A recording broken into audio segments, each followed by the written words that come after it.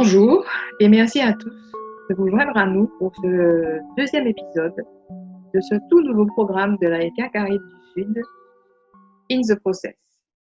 L'AECA Caraïbes du Sud souhaite vous proposer une série d'interviews d'artistes pour vous faire partager des idées et des expériences des créateurs.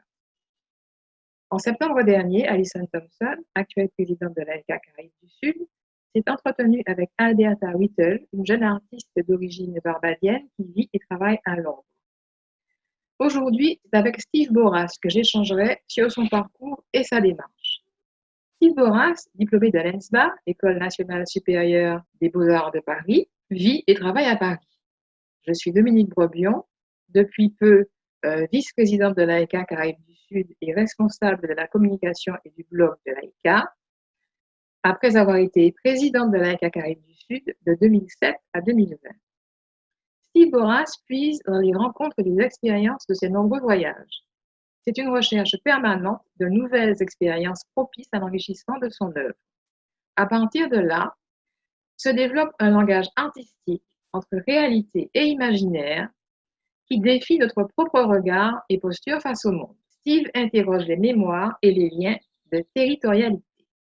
Première question donc, deux notions sous-tendent tout particulièrement ta démarche, le déplacement et la maturation. Commençons par le voyage, si tu veux bien. Des temps forts jalonnent le développement de ta production. Pologne, Chili, Canada, Dakar, Cuba, Lagos, Bamako. Se retrouver au cœur d'une autre réalité, parfois se sentir étranger, le temps d'adaptation et d'apprentissage de nouvel environnement sont pour toi déterminants. À chaque fois, ces différentes étapes, même si elles se passent dans un cadre parfois professionnel, dans le cadre de Bamako ou de Lagos, où j'y vais pour les biennales à ce moment-là, mais il y a toujours un temps de travail, ou en tout cas un temps de prise de notes qui se fait.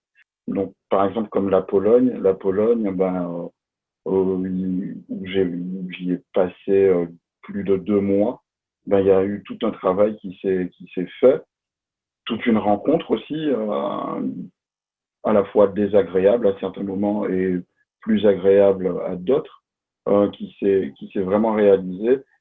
Et ensuite, tout le travail a commencé à se déclencher peut-être 15 jours, voire 3 semaines après mon arrivée, parce qu'il y a vraiment, j'étais vraiment dans une réalité qui était complètement différente de ce que j'avais l'habitude de voir.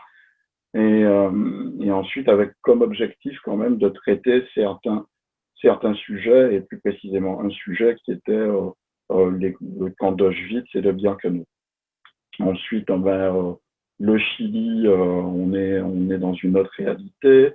Et donc, à chaque fois, ce travail, il y a toute une rencontre avec l'histoire aussi du pays, l'histoire de la population, comprendre la langue aussi, essayer de comprendre la langue, parce que il y a aussi ce barrage-là aussi à passer.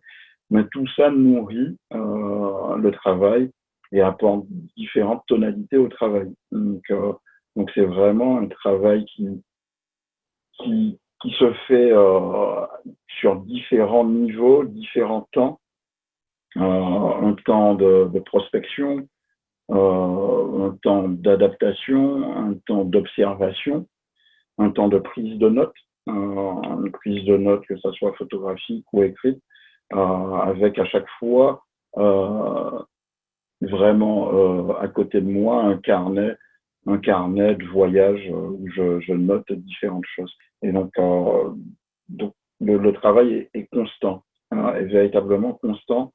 Après, les intensités sont différentes, parce que parfois le temps manque, mais il y a vraiment ce souci du déplacement et de nourrir le travail à travers ces déplacements. D'accord, voilà. Revenons maintenant, si tu veux bien, sur la seconde notion qui est celle de maturation. Ces notes photographiques que tu prends, elles sont injectées dans tes œuvres parfois des années après. Je vais prendre comme exemple effectivement White Dreams. Les captures d'écran sont réalisées en 2009 et ne sont devenues des œuvres qu'en 2018 qui viennent d'être exposées en 2019 aux rencontres photographiques d'Arles. Alors, est-ce que tu peux nous parler de cette maturation nécessaire? Alors, franchement, alors, ça c'est vraiment un pan de mon travail qui parfois crée des tensions avec les différents collaborateurs avec qui je bosse et donc les curateurs avec qui je bosse qui vont demandent assez souvent d'être constamment au courant du travail. Donc avec moi c'est un peu compliqué parce que vu que je travaille sur plusieurs plans, plusieurs projets à la fois, donc il y a vraiment une situation de maturation des travaux. Donc je veux dire que entre la prise de vue ou la prise de notes et la restitution du travail, il peut se passer justement 9 ans comme White Twins. Mais il y a vraiment une situation d'infusion.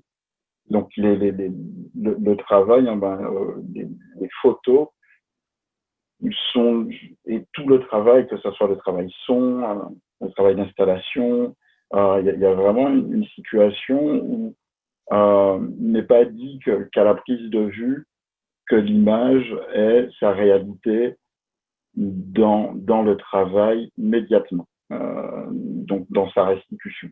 La prise de vue est juste, et autant que possible juste par rapport à ce que je veux dire, mais entre le temps de la, on va dire entre guillemets, verbalisation, donc la restitution en termes de pièces de ce travail et, l'apparition de ce travail véritablement, il peut se passer un temps parce que j'ai besoin qu'il infuse dans la totalité du travail. Et donc, il y a des phases de test, il y a des questionnements aussi, puisque le travail ne peut pas se passer sans questionnement. Donc, il y a vraiment des phases de doute, et ensuite, des phases où, travaillant sur différents projets, des actions de d'autres projets, donc les mouvements de d'autres projets peuvent nourrir aussi le travail précédent. Et donc, il y a vraiment un va-et-vient, et c'est vraiment un corpus qui se met en branle et qui se crée.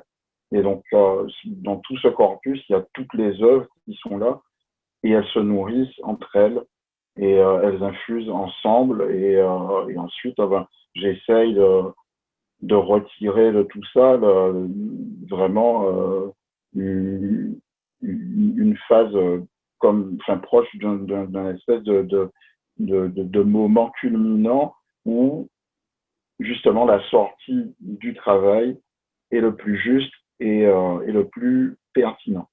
Et donc vraiment, c'est vraiment une situation où ne pas mettre en pâture le travail, c'est aussi le protéger, mais c'est vraiment prendre conscience de ce que je fais, ce que j'ai fait et ce qui doit être fait ensuite. Donc, voilà. Entendu. Alors, dans White Dreams, tu pratiques la capture d'images animées d'anciens documentaires de la Seconde Guerre mondiale sur des écrans de télévision pour créer tes propres images. Est-ce que tu te situes dans la mouvance d'une photographie expérimentale, la photographie ne captant pas le réel, mais fabriquant des images? En gros, la situation des photographies prises, via donc ma télé et donc toute la série de White Dreams. Alors, il est vrai que évidemment qu'il y a toute une influence de la photographie expérimentale, mais je pense que ce qu'il y a derrière tout ça, c'est quand même une frustration que j'ai eue de ne pas pouvoir finaliser un de mes souhaits qui était d'être un photographe reporter de guerre. Et D'accord. donc, c'était une situation où vraiment où je voyais se fermer cette porte, enfin, ou en tout cas, je me voyais fermer cette porte dans mes velléités de photographe. Et c'était vraiment avec c'était vraiment un biais pour moi de fermer cette porte, mais en donnant un dernier petit coup de rein. Et donc, j'ai pris ce biais-là pour faire mes photos, mes photographies, tel un reporter de guerre, mais vraiment, enfin bon, avec tout le respect que j'ai pour les reporters de guerre, euh, heureusement, ce n'est pas que ça qu'il y a derrière ces photographies, euh, mais, euh, mais c'était vraiment ça, une situation où bon, ben, j'ai constaté que je ne pouvais pas y arriver par rapport à ma conception de la photographie et la conception de la photographie de reportage de guerre. J'ai identifié mes limites physiques, et voilà. Et donc, identifiant pas mal de points, ça a été comme une espèce de chant du cygne, toute cette série La de réponse que tu photographies. pouvais donner, en fait, en réalité, c'est ça, la réponse à ce désir que tu pouvais donner. Alors, Voilà. même si tu associes d'ailleurs le plus souvent installation, photographie, vidéo et même parfois performance, tu te considères essentiellement comme un photographe. Tu dis, je suis photographe, même dans les sculptures et les installations. Mais est-ce que tu n'es pas aussi un petit peu sculpteur dans les photographies, lorsque tu photographies? Je pense particulièrement à la rigueur des formes. Ben, alors, faut pas oublier que durant ma formation, j'ai été un photographe au milieu d'un atelier de sculpture, donc l'atelier d'Emmanuel Saulnier. Et donc, mon cursus a été extrêmement, on va dire, jalonné par un rapport à l'espace, à l'objet, et donc une certaine posture face à l'objet. Et donc évidemment, il y a eu une certaine porosité entre ma photographie et le rapport aux différents sculpteurs que j'avais autour de moi. Et donc quand je dis que je suis photographe, je reste photographe à tout moment, c'est parce que la colonne vertébrale du travail et au niveau du médium reste la photographie. Et ensuite, la sculpture, le son, les installations et parfois des performances qui sont mises en place sont vraiment des prolongements de ma photographie, comme des terrains de jeu, des endroits où je peux me permettre certaines choses que je ne me permets pas dans la photo. La photo, comme tu as pu l'identifier, oui, j'ai une rigueur assez extrême dans ma photo. C'est un endroit où, entre la prise de vue et l'impression, que ce soit en sérigraphie ou sur papier, ben, il n'y a pas de temps de post-production. La photographie qui a été faite et qui est présentée euh, ne subit aucune post-production, aucune retouche. Et donc, ce sont des images qui sont brutes. Et de mon côté, j'essaye d'avoir une exigence extrême dans ce que je mets dans mon cadre. Donc vraiment, c'est tout un travail de précision, d'attente aussi, et vraiment une rigueur que je porte extrêmement fort à, à mon processus photographique stricto sensu. Mais ensuite, la vidéo, le son, les installations restent vraiment un prolongement de ma photo. Ça me permet aussi d'interroger ma photo. Ça me permet aussi de penser ma photo et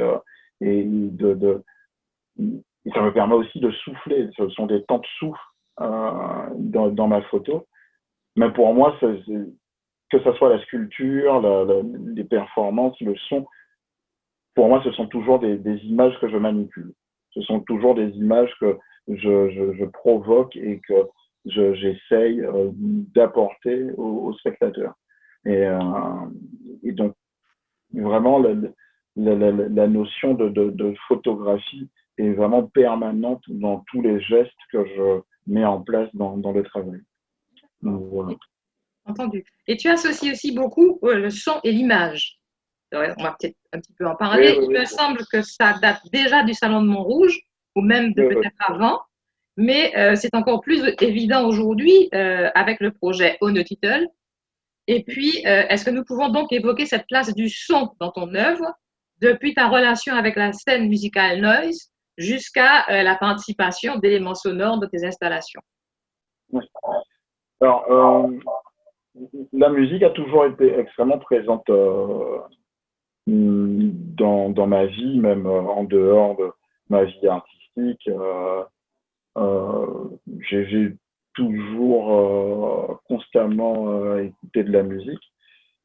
Et le son, euh, le son qui arrive et qui s'affirme de plus en plus dans mon travail permet aussi me permet de pouvoir poser des tonalités de lecture dans le travail, surtout dans une situation d'installation ou de vidéo.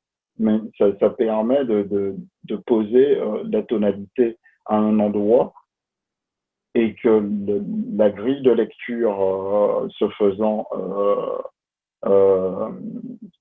se faisant, cette tonalité permet de donner des pistes et des clés aux spectateurs. Ensuite, la rencontre avec la scène Noise, c'est vraiment un coup de foudre face à cette scène où je me retrouve tout premier concert dans un bar qui s'appelle le Zorba à Belleville. Et je me retrouve et j'étais sans appareil photo, puisque bon, je suis un photographe qui fonctionne et qui déambule assez souvent sans appareil photo. Mais lorsque je privilégie justement les images que j'ai dans ma tête et avec aucune déception de ne pas avoir capté ces instants-là, mais ça permet aussi de nourrir aussi mon cerveau et de nourrir ma photo autrement. Et, euh, et, donc, euh, et donc, je me retrouve aux Zorba. Il était très tard et c'est une programmation d'un artiste californien qui me percute véritablement. Là, je me retrouve debout sur le divan sur lequel j'étais et à observer ce personnage. Et je me retrouve face à une scène.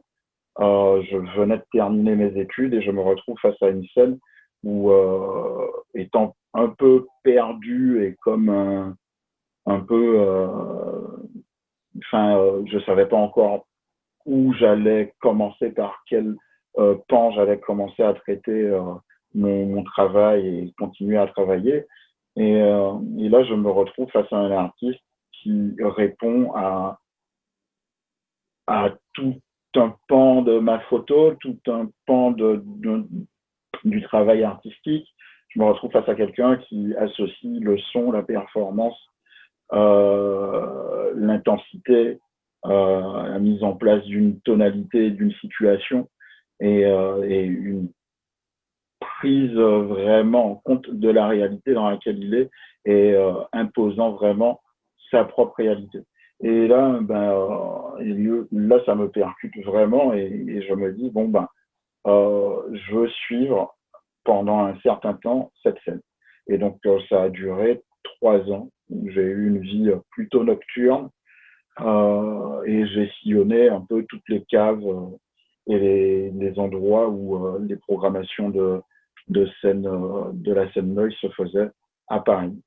parfois à Berlin, parfois en Belgique, mais principalement à Paris. Donc tout ça, ça a nourri le travail photographiquement et ça a nourri aussi le travail par rapport à ces situations de scène, de mise en place d'une réalité face à un public. Et donc, euh, et donc oui, ça a vraiment, véritablement, on peut parler d'infusion à ce moment-là, où là, ça s'est vraiment infusé dans le travail progressivement, jusqu'au projet au Title, où là, c'est l'invitation d'une personne avec qui je chemine depuis un certain temps et qui, écoutant depuis un certain temps ce que je fais par rapport à mes installations ou pas, hein, parce qu'il y a certains sons qui ne sont jamais sortis, comme ceux qui sont sur ce projet, il m'invite à, donc sous un label qu'il met en place cette année, il m'a proposé de faire le premier album de ce label et donc de sortir le premier album de ce label qui s'appelle Free Frag. Et donc, proposition effrayante, mais à la fois extrêmement excitante, ouais. Extrêmement excitante, en sachant que je ne suis pas, je suis pas musicien. Je fais du son, je fais du son, mais je ne suis pas musicien. Donc, c'est un projet qui est particulier à défendre parce qu'il n'y aura pas il y aura pas de session live, on va pas se produire en live. Donc, on va plutôt peut-être être sur des situations d'installation, justement, ou de projection vidéo. Voilà, mais il n'y a pas d'ambition de faire du live, parce que bon, je ne m'estime pas du tout musicien. Je reste, et d'où le titre aussi, Ohne Titel, qui veut dire en allemand sans titre. C'est proche de 100 grades et c'est un peu la façon avec laquelle j'aborde ce temps-là, où j'arrive plutôt sur la pointe des pieds, je propose un projet. Si on aime, tant mieux. Si on trouve la chose étrange, tant mieux aussi. Mais après, j'attends pas spécialement une validation du public. J'attends juste qu'ils écoutent, qu'ils se fassent une idée. Et ensuite, moi, il y a aucune velléité de ma part de devenir un artiste pop de la scène internationale et tout. C'est juste un projet qui est là, que j'ai fait avec énormément d'envie et qu'on a pu mener à bien. Donc voilà. Très bien, ok. Mais en tout cas, la musique est extrêmement présente et dans ta vie, et dans ton travail, et dans ta démarche, et dans tes œuvres. Alors, une autre petite question, si tu veux bien. Il me semble que tu restes volontairement en marge de la mouvance Blackness. Est-ce que tu as envie d'expliquer pourquoi? En dépit néanmoins, par exemple, d'œuvres comme 3K qui te plaçaient effectivement tout à fait dans cette tonalité. Ouais, ouais. Bah, la situation, c'est que je ne sais pas si je suis en marge, mais en tout cas, j'observe énormément. J'observe énormément la situation. Euh, la, je- la situation est que j'observe énormément la situation parce que elle me touche évidemment. Puisque que l'on soit noir, blanc, jaune, c'est une situation en tant qu'être humain qui touche. Ensuite, je ne suis pas certain de des du résultat. Je ne suis pas certain du résultat car j'ai l'impression que là, pour l'instant, le résultat est un panel et une succession de minorités qui se mettent en faction. Euh, et, euh, et donc, c'est pour ça que moi, dans mon boulot, alors, par exemple, par rapport à 3K qui vont et peut-être le point le plus culminant ou le point le plus évident à mettre en place, en tout cas à juxtaposer et avec ce mouvement. Et Le projet 3K, excuse-moi, qui a été présenté effectivement à la Biennale de Cuba, à la Biennale de Dakar et à Lagos, si je ne me trompe. tout à fait, tout à fait. Et ben, ce projet, euh, il parle surtout de la notion de racisme intracommunautaire. Et donc de la situation de tension pouvant se mettre en place à l'intérieur d'une communauté. Et donc, à l'intérieur de cette communauté, cette espèce de lecture que l'on peut avoir. Alors, moi, venant de la Martinique, ben, la réalité de la Martinique, parce qu'en plus, on a le projet 3K, même s'il n'a jamais été présenté en Martinique, mais le point de départ de ce travail est la Martinique. Euh, et, donc, euh, et donc, par rapport à cette réalité que, ben, ayant un peu, m'étant un peu déplacé, ben, revenant en Martinique, ben, j'ai compris, enfin, ou j'ai en tout cas ressenti encore plus fortement ces tensions, ben, je me suis euh, retrouvé à faire ce projet 3K pour parler du racisme intracommunautaire parce que parce que la volonté est d'initier au maximum la discussion entre, enfin, mais parmi tout le monde et pas seulement une situation de minorité. Ensuite, la situation Black Lives Matter, euh, encore une fois, elle me touche aussi. Euh, mais c'est une réalité américaine. Et donc, je la prends avec parcimonie, je l'entends, je la vois, et évidemment que je condamne tout ce qui, tous les problèmes qui en découlent.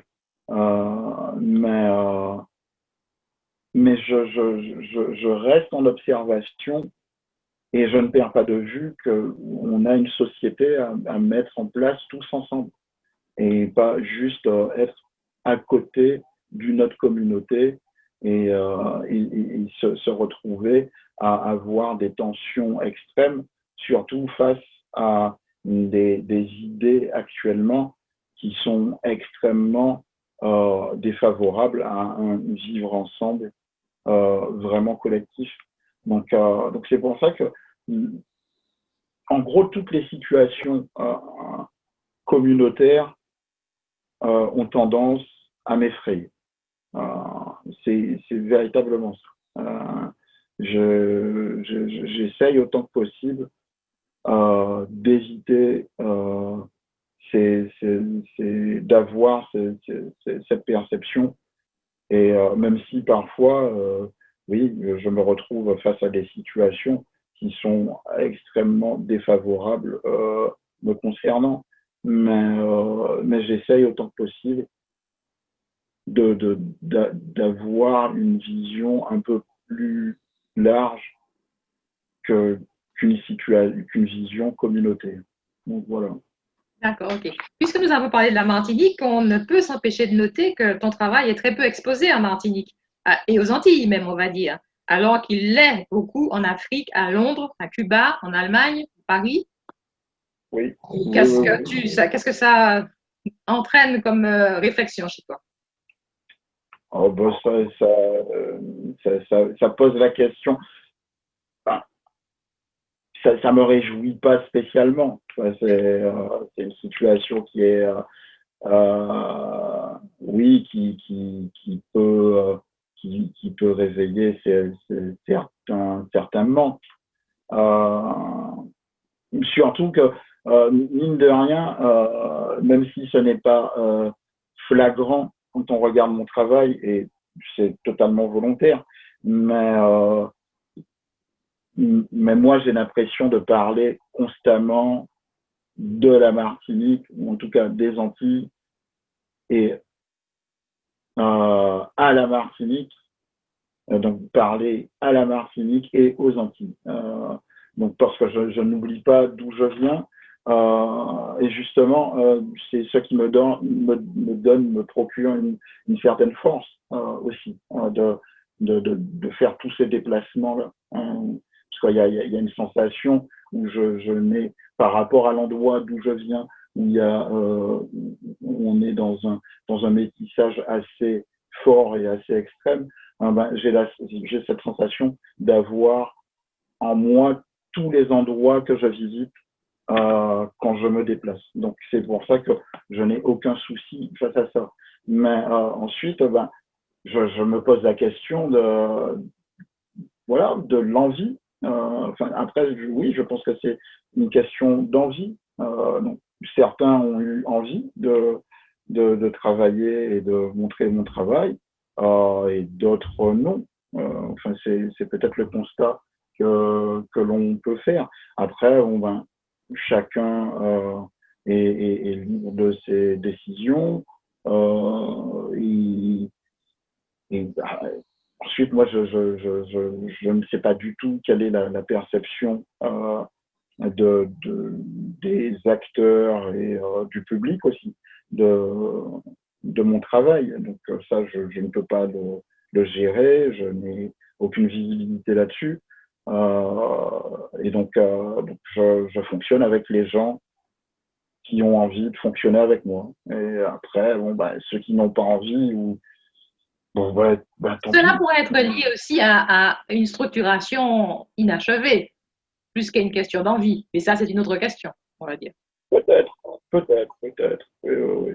Donc, Alors, j'aimerais te oui. poser une autre question, si tu permets. Comment se passe l'insertion d'un jeune artiste? Je crois que toi, tu as une définition particulière du jeune artiste que tu vas nous rappeler. Et comment se passe l'installation de jeunes artistes dans le milieu professionnel aujourd'hui? Tu travailles, toi, avec des producteurs. Et qu'est-ce qui te semble aujourd'hui le plus déterminant? Les foires, les salons, un contrat avec une galerie, une acquisition d'un FRAC. Tu as eu 2 œuvres acquises récemment par un FRAC. Tu viens de participer à Paris et d'exposer à la Galerie des Filles du Calvaire. Qu'est-ce qui te paraît le plus déterminant, le plus important?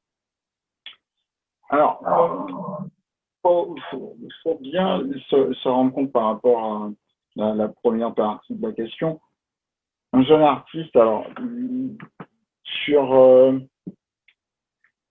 quand on est, par exemple, dans la réalité parisienne, un jeune artiste, on a l'impression, la définition, c'est une trentaine d'années, et voilà. Quand on se confronte véritablement à la réalité internationale des expos, on constate que jeune artiste, on est jeune artiste jusqu'à au moins 45 ans. Jusqu'à 45 ans, on est un jeune artiste. Et c'est tout à fait normal. Généralement, on finit des études d'art entre 23 et 25 ans. Pour ceux qui font un sans faute. Donc, on finit entre 23 et 25 ans. Ce qui veut dire qu'à 30 ans, donc après 5 ans où un jeune artiste doit trouver son économie, il doit continuer à produire, et le succès n'arrive pas tout de suite. Il faut qu'il garde sa conviction au niveau de son envie de produire des œuvres, et en même temps, il faut qu'il mange. Donc ça fait 5 ans au moins, où ce jeune artiste, il peut pas être partout. Donc ça veut dire qu'à 45 ans, où on a à peu près déjà près de 20 ans de carrière, généralement, ça fera que 10 ans sur ces 20 ans que le travail se sera vraiment stabilisé, qu'on aura fait des rencontres déterminantes, et que Donc, justement, on se retrouvera dans des situations internationales à se confronter et à rencontrer, surtout, pas se confronter, mais à rencontrer surtout d'autres artistes, d'autres curateurs, et on commencera véritablement à avancer et à montrer véritablement son travail. Donc après, cette notion de jeune artiste, où on est vraiment dans une culture de jeunisme absolu, comme si on était en train de parler de traders de 30 ans, bah, franchement, c'est pas du tout cette réalité-là dans vraiment, enfin, sur la scène internationale actuelle. Ensuite, ben, me concernant, maintenant, ça fait près de 10 ans que je travaille avec un curateur, même plus de 10 ans que je travaille avec un curateur qui s'appelle Yves Chatat. Et donc c'est une véritable collaboration. Il a mis en place une structure de production qui s'appelle Icos Project.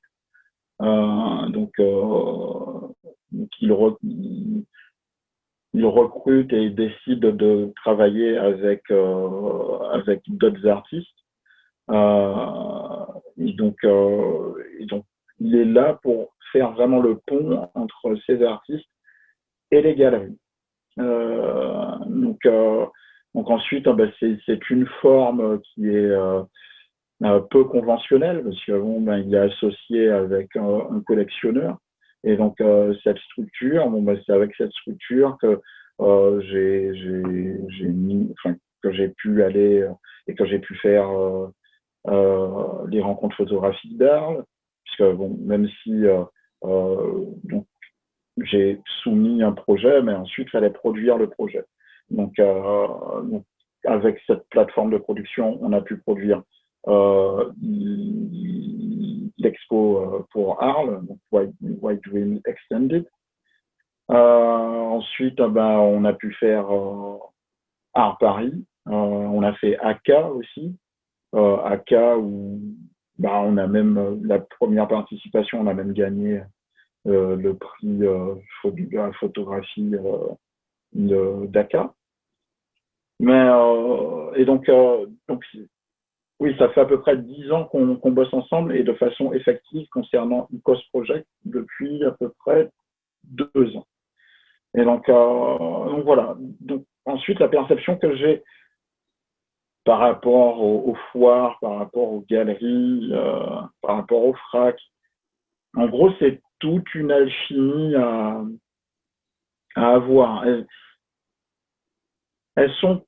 Toutes ces phases-là sont importantes. Il fut un temps où j'aurais dit les galeries, n'ont pas spécialement, on n'a pas spécialement besoin d'une galerie, mais sur la longueur, je constate qu'à certains moments, oui, un artiste a besoin d'une galerie. Mais ça ne veut pas dire qu'il faille rentrer dans une galerie à n'importe quel moment. Il faut pouvoir déjà ressentir véritablement ce besoin-là. Un artiste peut fonctionner pendant un certain temps sans galerie et montrer son travail. L'objectif n'est pas d'exposer pour exposer. Parce que le travail, il faut le protéger. Donc il faut vraiment rencontrer les bonnes personnes, les personnes qui sont en phase avec nous, et ensuite faire un bout de chemin avec eux. Et donc toutes ces phases-là sont importantes. Art Paris, cette année, c'était ma première participation. Par rapport à la situation, le contexte dans lequel Art Paris s'est fait cette année, mon avis est un peu mitigé. Enfin, moi, je ne suis pas arrivé, concernant ce qui a été présenté, je suis arrivé l'objectif a été atteint. Ensuite, certains points n'ont pas été concluants. Ils sont Ok. perfectibles. Sont perfectibles et donc ça, bah, c'est certaines choses sur lesquelles il faudra que l'on travaille. Euh, Après, à Paris, il faut pas oublier que c'est une foire. Donc, Oui. la notion économique est extrêmement importante. On n'est pas dans la même situation que À Arles, par exemple, aux rencontres photographiques d'Arles. Ouais. c'est ça. Donc, c'est pas du tout, on n'est pas du tout dans les mêmes objectifs. Donc ça, c'est certaines choses à affiner. Mais après, nous ressortons quand même plutôt contents de l'expérience. Ensuite, je me retrouve, enfin, je suis plus en phase avec Arles, excusez-moi, avec Art Paris. Euh, le travail, je pense, est plus en phase avec Art Paris que, par exemple, avec ACA. Et en tout cas, l'artiste produisant ces œuvres-là est un peu plus en phase avec Art Paris qu'avec ACA. Donc, donc voilà. Mais c'est, enfin, être un jeune artiste, c'est vraiment se poser les bonnes questions. Il y a énormément de choix à faire, mais Tu le as plus dit, important, excuse-moi, tu as dit à plusieurs reprises, il faut protéger le travail. Alors, est-ce que tu peux, pourquoi faut-il protéger le travail? Tu l'as dit à plusieurs reprises dans le déroulé de bah, notre échange. il faut protéger le travail parce que le travail est très vulnérable, parce que quand il sort de l'atelier et qu'il est proposé au public, ben, il est vraiment à la merci du public. On peut, faut vraiment avoir conscience de ça. Et ensuite, donc ça, je parle des pièces, mais ensuite, il y a le travail en général, le travail sur sa longueur. Euh, où ce travail, donc cet objet que l'on façonne, c'est vraiment toute une pensée qui se déploie petit à petit et qui demande des temps, des temps de latence, des temps d'accélération, mais qui demande vraiment des temps et de trouver un tempo. Et donc, déjà, l'artiste déjà doit comprendre ces différentes phases-là et pour déjà appréhender un peu mieux sa création. Et, euh, et donc, faut le protéger parce que si on n'a pas conscience de ces différents temps-là et qu'on n'est pas dans une... Alors, je fais des généralités, en plus ça ressemble à un peu une espèce de leçon, mais c'est pas une leçon, hein. C'est vraiment une situation où moi je parle vraiment de la façon que je travaille, et donc c'est vraiment une situation où je reste au plus proche de mon travail. Je reste le plus longtemps possible à l'écoute du travail et le succès commercial du travail, c'est pas qu'il m'importe peu, mais je veux juste que s'il y a succès commercial du travail, qu'il y ait aussi un succès au niveau de la pensée et du temps et de toute l'œuvre qui a été mise en place et pas seulement un temps du travail. Donc c'est vraiment penser le travail dans sa globalité et comme une œuvre entière. Et ça, donc c'est faire grandir ce travail-là. Et ça devient comme un enfant qu'on doit protéger et l'éduquer, le muscler. Parce qu'il y a aussi ça, enfin, muscler le travail. Donc, se muscler mentalement et puis et donc être vraiment là comme un rempart face au public qui devra faire face au travail, mais en sachant qu'on ne sera pas toujours là.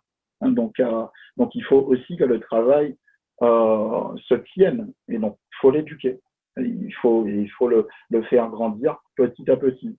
Et donc vraiment être à son écoute et, et vraiment ne pas être pressé d'exposer, vraiment pointer du doigt les endroits où l'on présente son travail. Après, bon, certains diront que c'est facile pour moi de dire ça. Je suis à Paris et donc il y a une facilité à rencontrer. Et oui, certes. Mais à ce moment-là, ben, on revient au premier point qui est le point de déplacement. Donc, il faut exercer aussi ces déplacements. Pour rencontrer des gens, ben, il faut se déplacer. Parce que personne ne viendra à nous.